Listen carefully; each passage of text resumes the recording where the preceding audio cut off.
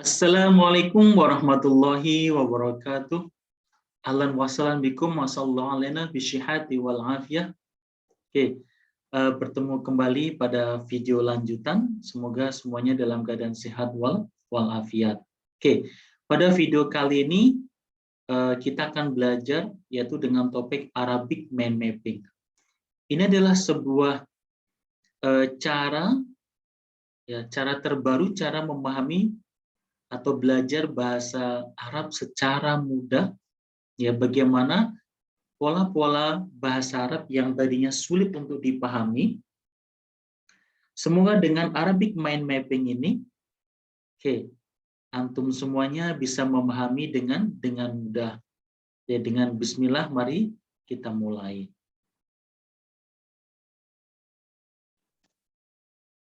Oke. Sesungguhnya apa sih tujuan Arabic mind mapping, metode Arabic mind mapping ini? Supaya kita di dalam benak kita ini, di dalam pemikiran kita ada satu pola, ya, yang akan memudahkan Anda untuk menyusun sebuah kalimat bahasa Korea. Oke, Arabic mind mapping, mapping itu pasti map, ya. Jadi kalau andaikan kita mau berjalan-jalan pergi ke hutan, kalau nggak pakai map pasti nyasar-nyasar. Nah, sama belajar bahasa apapun termasuk bahasa Arab, Anda harus punya map-nya dulu nih.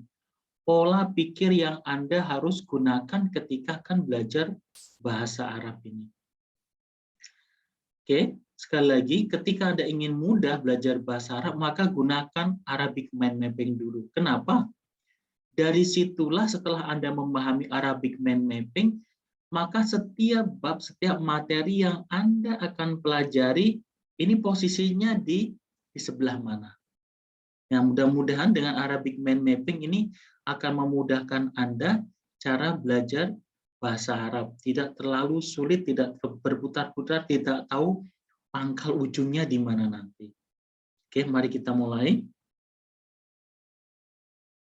Pada slide pertama ini saya akan gunakan yaitu istilah bahasa Indonesia. Saat kita dulu belajar bahasa Indonesia yang mungkin di SD atau di SMP, kita pernah belajar namanya pola kalimat bahasa Indonesia, yaitu berpola apa? S, P, O, K. Di sini ada S, P, O, K. Jadi kalau kalimatnya panjang, biasanya ada unsur S-nya, ada unsur P-nya, ada unsur O-nya, ada unsur K-nya. Tapi kalau pola pendek biasanya cuma S dan P. Oke, sekali lagi, mudah-mudahan semua masih ingatkan ya. S itu apa? Subjek, P-nya itu apa? Predikat, O-nya apa?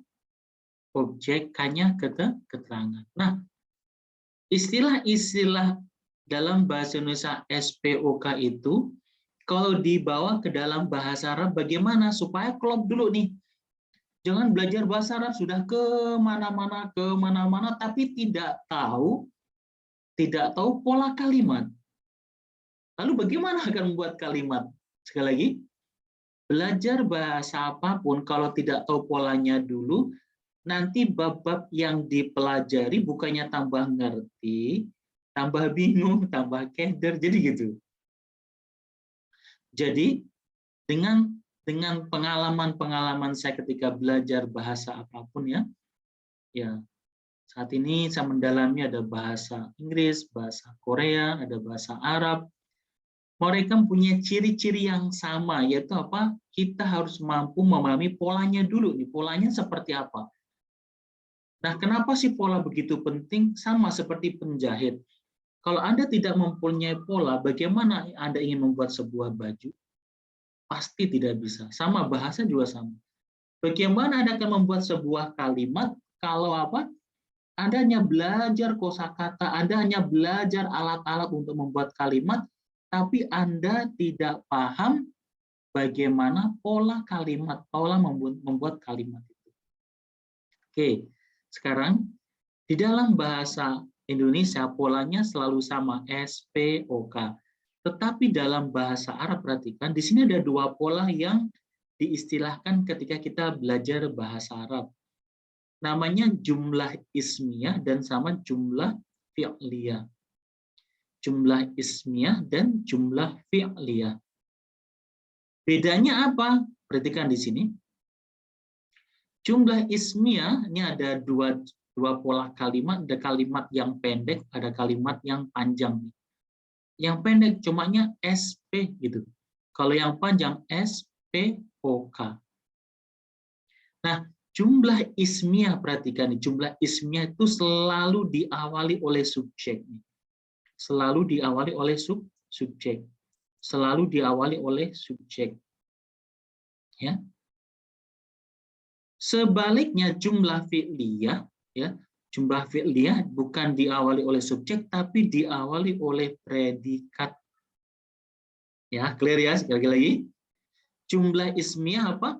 Kalimat, jumlah itu namanya kalimat ya. Kalimat yang diawali oleh subjek, Kalau jumlah fi'liyah, kalimat yang diawali oleh predikat. Bisa dipahami? Nah, di dalam bahasa Arab diistilahkan, nanti ada ya, slide ini akan menjelaskan tentang dengan bahasa Arabnya. Biasanya kalau jumlah ismiyah adalah di kalimat yang didahului oleh isim.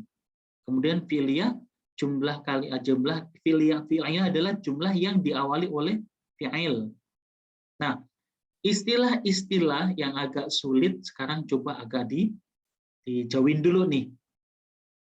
Semakin banyak istilah bukannya kita tambah ngerti tapi tambah bingung nanti.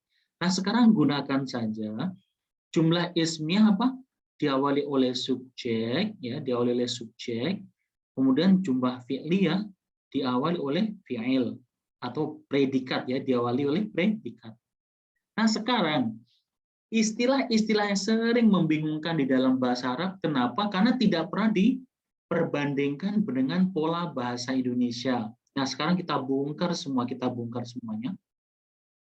Oke, perhatikan. Subjek, istilah subjek itu biasanya dalam bahasa Arab nanti itu ada dua istilah ya. Kadang subjek itu disebut mubtada, ada subjek yang disebut fa'il. Nah, hati-hati ini. Lagi apa? Ada subjek yang disebut mubtada, ada subjek yang disebut fa'il. Bedanya di mana? Lihat predikatnya. Predikat. Sama nih, predikat kadang disebut khobar, kadang disebut fi'il. Tuh kan? Kalau ini saja istilah bingung, kita bagaimana akan membuat kalimat, ayo? Ya kan ya? Kalau dengan istilah-istilah yang seperti ini saja bingung, bagaimana kita akan membuat kalimat? Karena itulah istilah ini harus jelas sejelas-jelasnya. Karena itulah Arabic mind mapping bertujuan apa? Menjelaskan unsur-unsur ini semuanya sehingga ketika kita membuat kalimat akan mudah. Oke, sekarang perhatikan di sini. Subjek disebut mubtada, predikat disebut khobar, syaratnya apa? Syaratnya ini predikatnya ini isinya nanti kata benda, kata sifat, kata keterangan. Sekali lagi, jika predikatnya isinya benda, sifat, keterangan, maka subjek disebut mubtada dalam bahasa Arab, predikat disebut khobar dalam bahasa Arab. Clear kira-kira ini?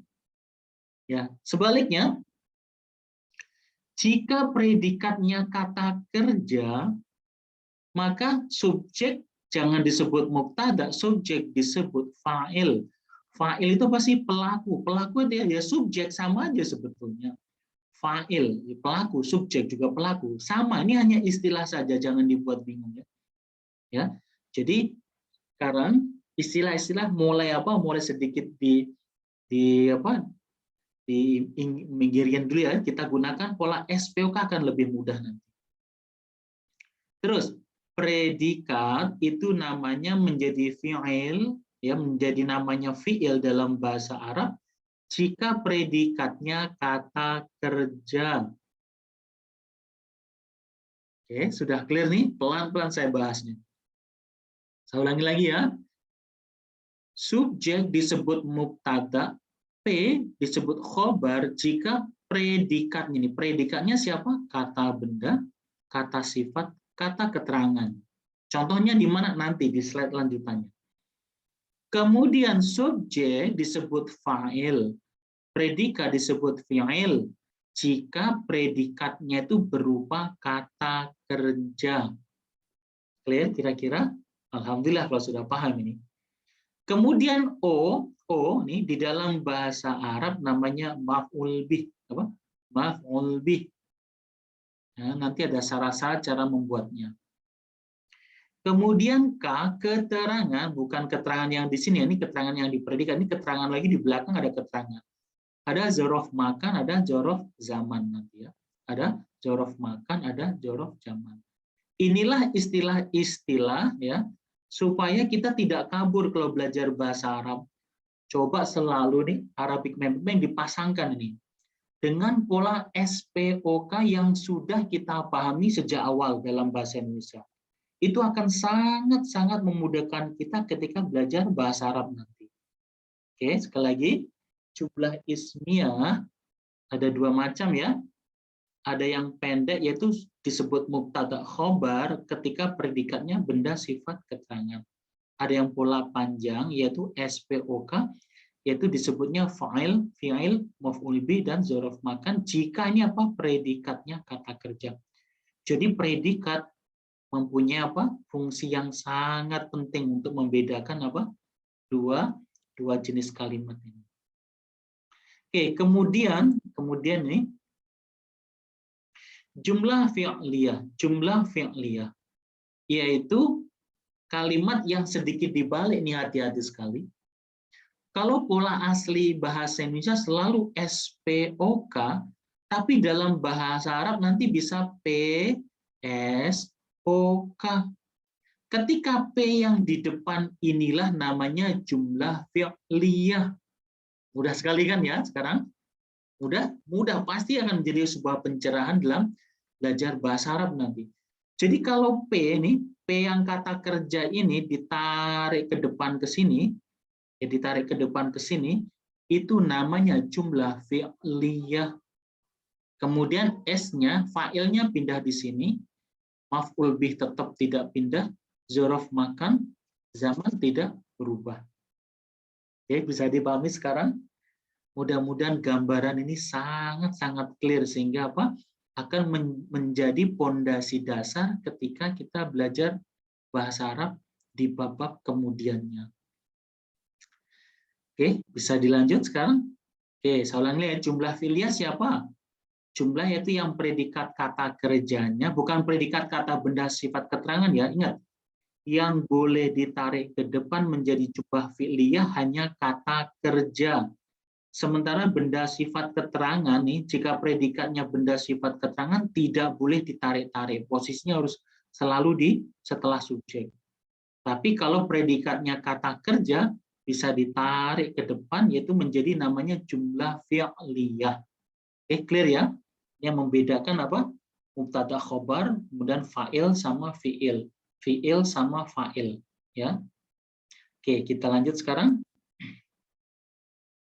Oke, sekarang kita akan memberi contoh-contoh jumlah ismiyah dan jumlah fi'liyah yang sudah kita pelajari tadi.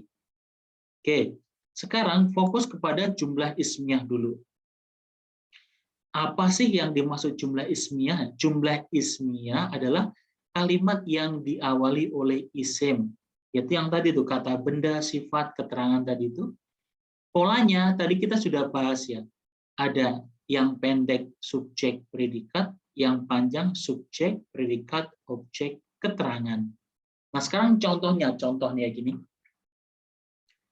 Ketika pola pendek yaitu predikatnya tadi apa? Ada kata benda, ada kata sifat, ada kata keterangan. Ini contoh-contohnya. Contoh nih, subjek sekali lagi disebut mubtada jika predikatnya berupa apa? Benda, kata sifat, kata keterangan. Pelajar itu benda kan? Rajin itu sifat. Di sekolah itu namanya keterangan tempat atau zorof makan. Nah, predikat-predikat yang seperti inilah yang menyebabkan namanya subjek disebut mubtada. Namanya predikat disebut khobar. Contohnya Ahmad pelajar, Ahmad rajin, Ahmad di sekolah. ya. Ini kebetulan mubtadanya saya menggunakan nama orang ya. Nanti bisa saja, bisa profesi, bisa kata petunjuk, hada, hadi, tilka juga bisa dipasang di sini semua nanti. Oke, pelan-pelan kita bahas apa contoh bahasa Indonesia dulu. Pola panjangnya bagaimana? Ciri khasnya perhatikan. Jika predikatnya kata kerja, tadi apa? Jika predikatnya kata kerja, maka istilahnya sudah beda lagi. Nih, membaca itu kan aktivitas, kata kerja kan ya kata kerja. Ketika itu istilah mubtada khobar tidak digunakan, yang istilahnya berganti menjadi fa'il, fi'il, maf'ul bih, dzaraf makan, dzaraf zaman. Gitu. Ya ini pasti masih bingung nih ya kan ya. Istilah mubtada khobar, fi'il, fa'il itu selalu apa? Bingung. Complicated sehingga kalau membuat kalimat gak ngerti-ngerti gara-gara apa? Ini tidak dipecah dari awal, tidak dipecah istilah-istilah dari awal sehingga apa? Belajar bahasa Arab berlama-lama bukannya tambah pintar tapi tambah keder. Ayo, pasti ngaku nih siapa yo? Belajar bahasa Arab semakin lama bukannya sama apa? Tambah pintar, tambah keder. Kenapa? Karena yang dipelajari cuma alat-alatnya saja membuat kalimat, tapi apa? Pola kalimatnya tidak mengerti sehingga alat-alat yang dipelajari itu mau dipasang di mana kita tambah bingung lagi.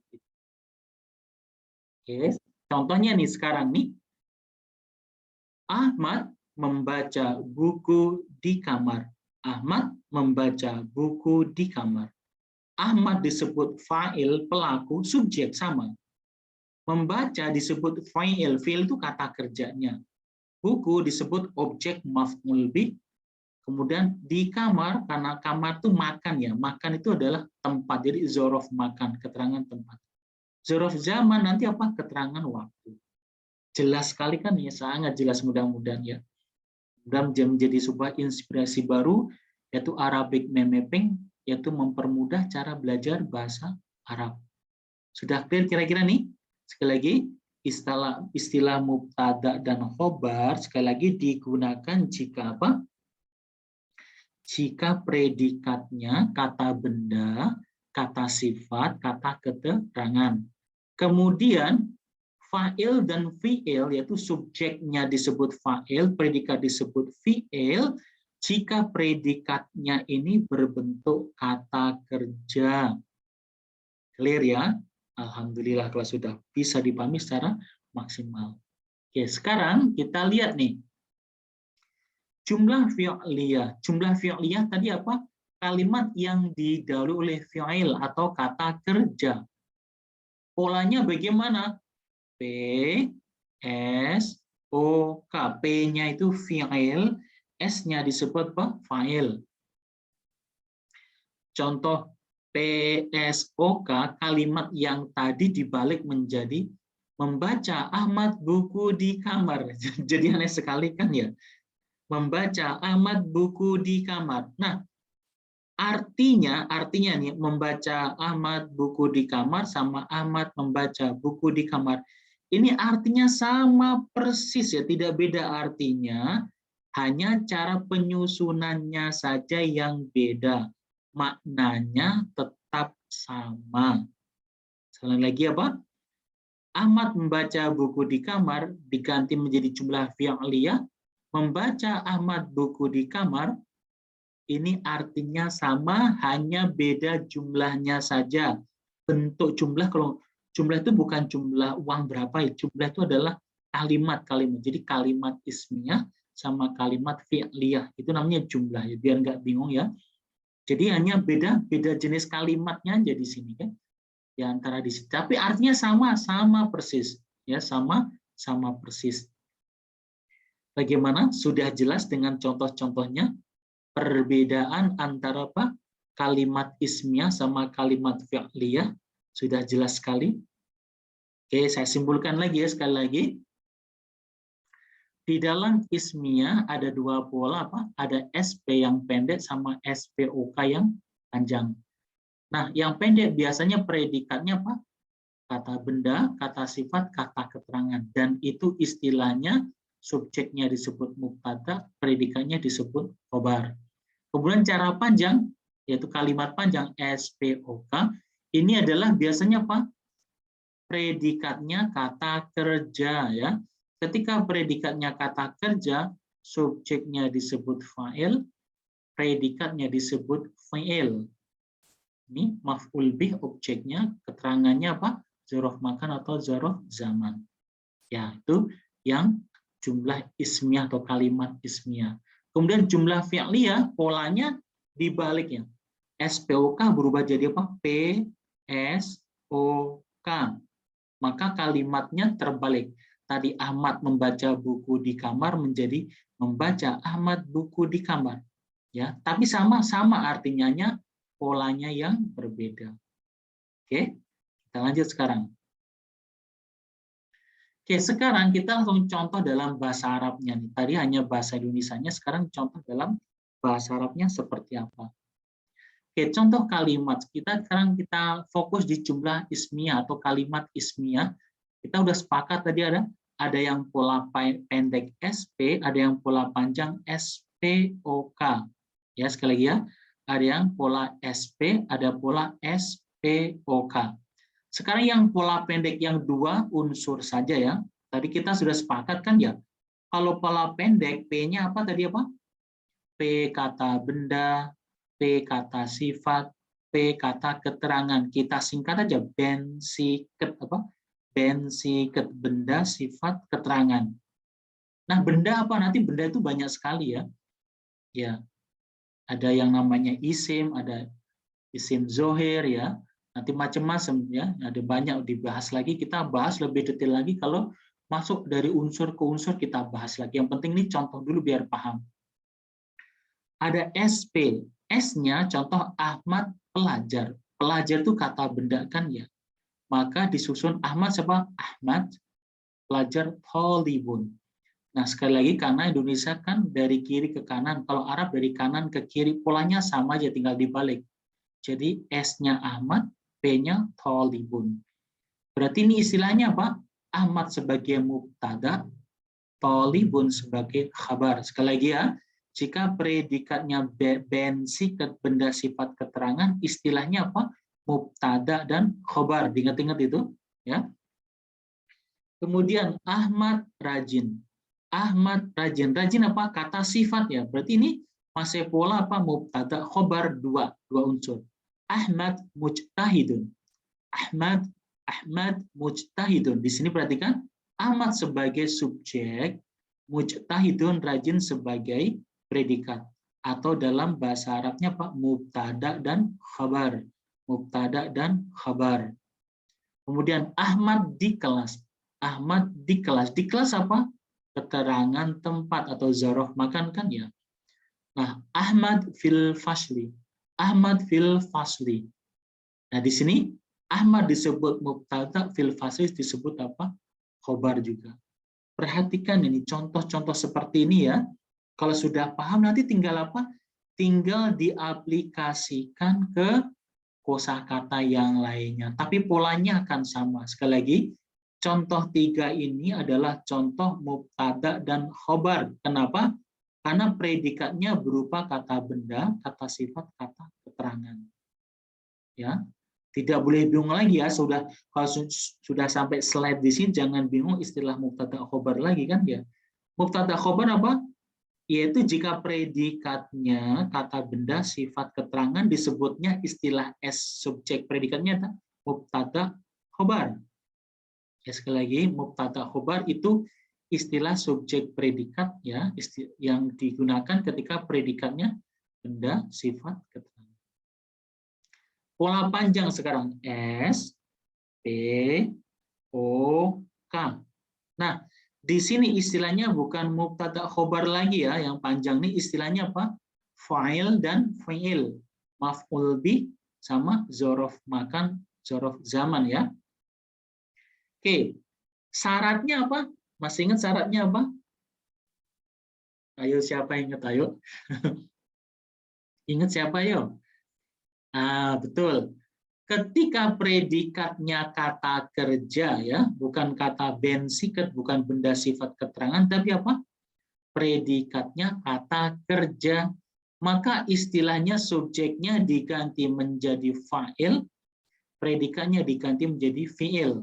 Contoh kalimat, Ahmad membaca buku di kelas. Ahmad membaca buku di kelas. Ahmadnya subjek, predikat membaca, buku, objek di kelas keterangan. Nah, di sini Ahmad sebagai fa'il, membaca sebagai fi'il, ini suppose buku sebagai maf'ul bih, di kelas sebagai zorof makan. Maka disusun menjadi S, P, O, K. Sama persis, hanya dibalik aja posisinya. S, P, O, K. Maka jadi Ahmad qara'al kitaba fil fasli. Oke. Ahmad qara'al kitaba fil fasli. Di sini qara'a ini adalah fi'il madhi ya. Nanti akan belajar nih fi'il madhi, fi'il mudhari, fi'il amr akan belajar. Bukan kata benda juga banyak. Nah, semuanya istilah-istilah itu hanya apa? Hanya pemecahan penjelasan dari hukum Arabic mind mapping ini. Nanti masing-masing unsur akan dipretelin satu-satu. Unsur S itu apa saja? Unsur P itu apa saja? Unsur O apa saja? Unsur K apa saja? Tapi syaratnya apa? Polanya harus ngerti nih. Nah, sekarang yang terjadi di banyak para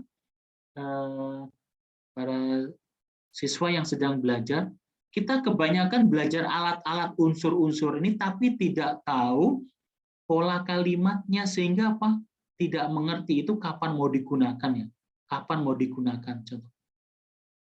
Contoh, nanti ada huruf jar. Huruf jar itu adalah yang mengkasrohkan. Contohnya di sini ada fil fasli itu. Nah, fil fasli kalau ada huruf fi selalu harus kasroh. Ini namanya huruf jar. Huruf jar itu banyak sekali. Ada fi, ada an, ada ila. Ya, itu dibahasnya di mana? Nah, nanti nih dipretelin unsur-unsurnya. Lihat di sini ya. Sekarang nih, Ahmadu ada rofa, qoro'a. Ada di sini kitaba. Kenapa bukan kitabi? Kenapa kitaba? Karena dia maf'ul bih harus fathah. Itu kapan dibahasnya? Nanti nih unsur-unsur ini dipretelin satu-satu. Ya, dipretelin satu-satu. Tapi intinya kita harus tahu dulu nih membuat kalimat di dalam bahasa Arab sampai saya sebut bahasa Korea karena banyak sekali bahasa yang saya ajarkan ke anak-anak. Jadi, maaf ya bahasa Arab nih sekali lagi ya.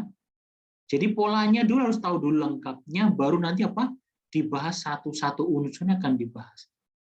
Ya sekarang Ahmad membaca buku di kelas menjadi Ahmad sebagai fa'il, qara'a menjadi fi'il, kita maf'ul bih, fil fasli sebagai zorof makan. Jadi SPOK sama SPOK. Tuh mudah sekali kan ya. Oke, bisa dipahami? Ada yang tanya? Oh, kalau ada yang tanya langsung aja komen ya, komen di bawahnya.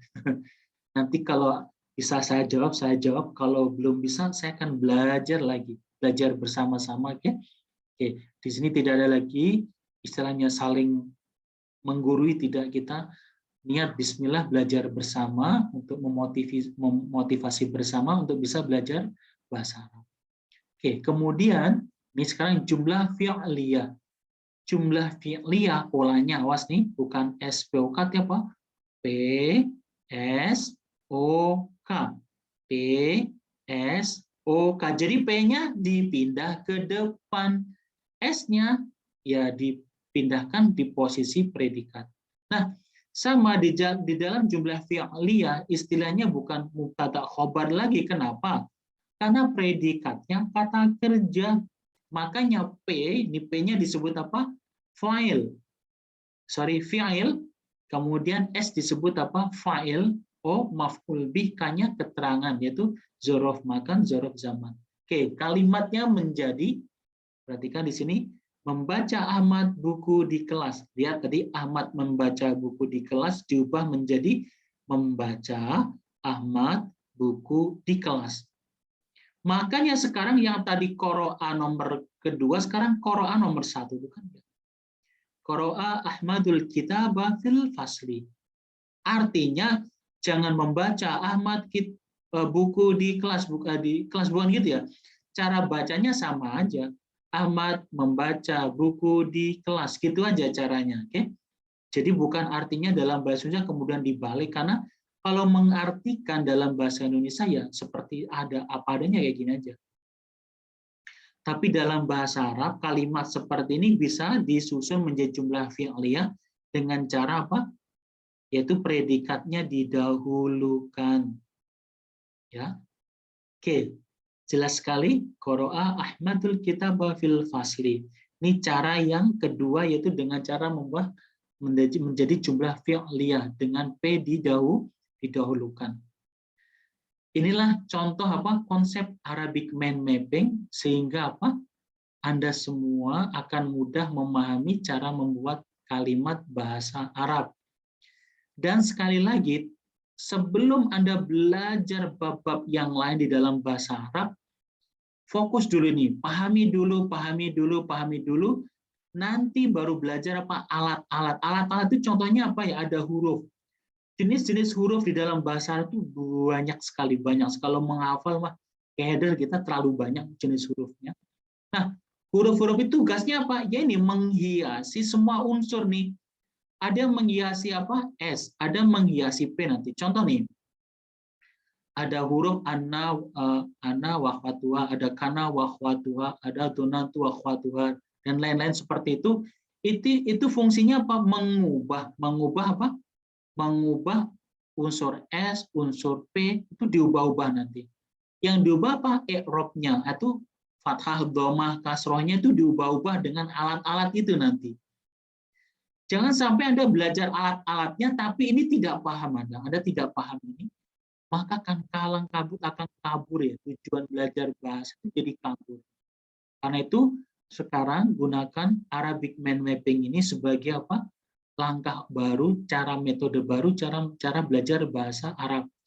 Nah, setelah ngerti pola, oh ada SP, ada SPOK, ada PSOK, baru deh nanti kita belajar apa? Unsur-unsurnya. S itu apa saja ya? S itu yang dibahas apa saja? Unsur P apa saja? Nah, tolong nih, oke. Anda semuanya nih diulang lagi video ini sampai Anda memahami 100%. Sehingga ketika nanti kita pretelin, S kita pretelin, P kita pretelin, O kita pretelin, K kita pretelin, Anda sudah siap ya, sudah siap. Tidak kabur, tidak, karena sudah tahu ini letaknya di sini, ini letaknya di sini, ini letaknya di sini.